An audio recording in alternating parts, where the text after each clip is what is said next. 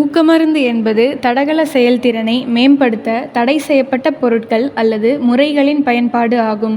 செயல்திறன் மேம்படுத்தும் மருந்துகள் அல்லது பெடிஸ் எனப்படும் இந்த பொருட்கள் சுத்தமான விளையாட்டு வீரர்களை விட நியாயமற்ற நன்மையை வழங்குகின்றன.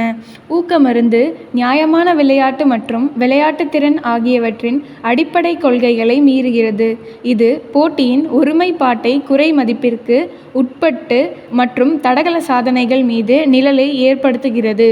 ஊக்கமருந்து என்பது நீண்டகால விளைவுகளை கொண்ட ஒரு சிக்கலான பிரச்சினை. ஊக்கமருந்துக்கு பின்னால் உள்ள உந்துதல்கள், அதனுடன் தொடர்புடைய உடல்நல அபாயங்கள் மற்றும் விளையாட்டு உலகில் பரந்த தாக்கம் ஆகியவற்றை புரிந்து கொள்வது முக்கியம். இந்த பிரச்சினையில் வெளிச்சம் போட்டு காட்டுவதன் மூலம் அனைத்து விளையாட்டு வீரர்களும் சமமான விளையாட்டு களத்தை உருவாக்குவதற்கு நாம் உழைக்க முடியும். தடகள வீரர்கள் வெற்றி பெற பெரும் அழுத்தத்தை எதிர்கொள்கின்றனர். புகழ், அதிர்ஷ்டம் மற்றும் அங்கீகாரத்திற்கான ஆசை சிலரை தங்கள் போட்டியாளர்களை விட ஒரு விளிம்பை தேடும். செயல்திறனை மேம்படுத்த ஒரு கவர்ச்சியான குறுக்கு வழிகள் வழங்குகிறது.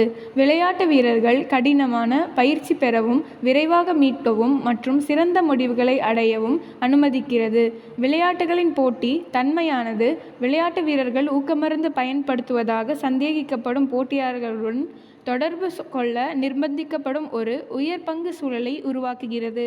அழுத்தம் மற்றும் சந்தேகத்தின் இந்த ஆபத்தான சுழற்சி பெடிஸின் பயன்பாட்டை மேலும் தூண்டுகிறது. ஊக்கமருந்து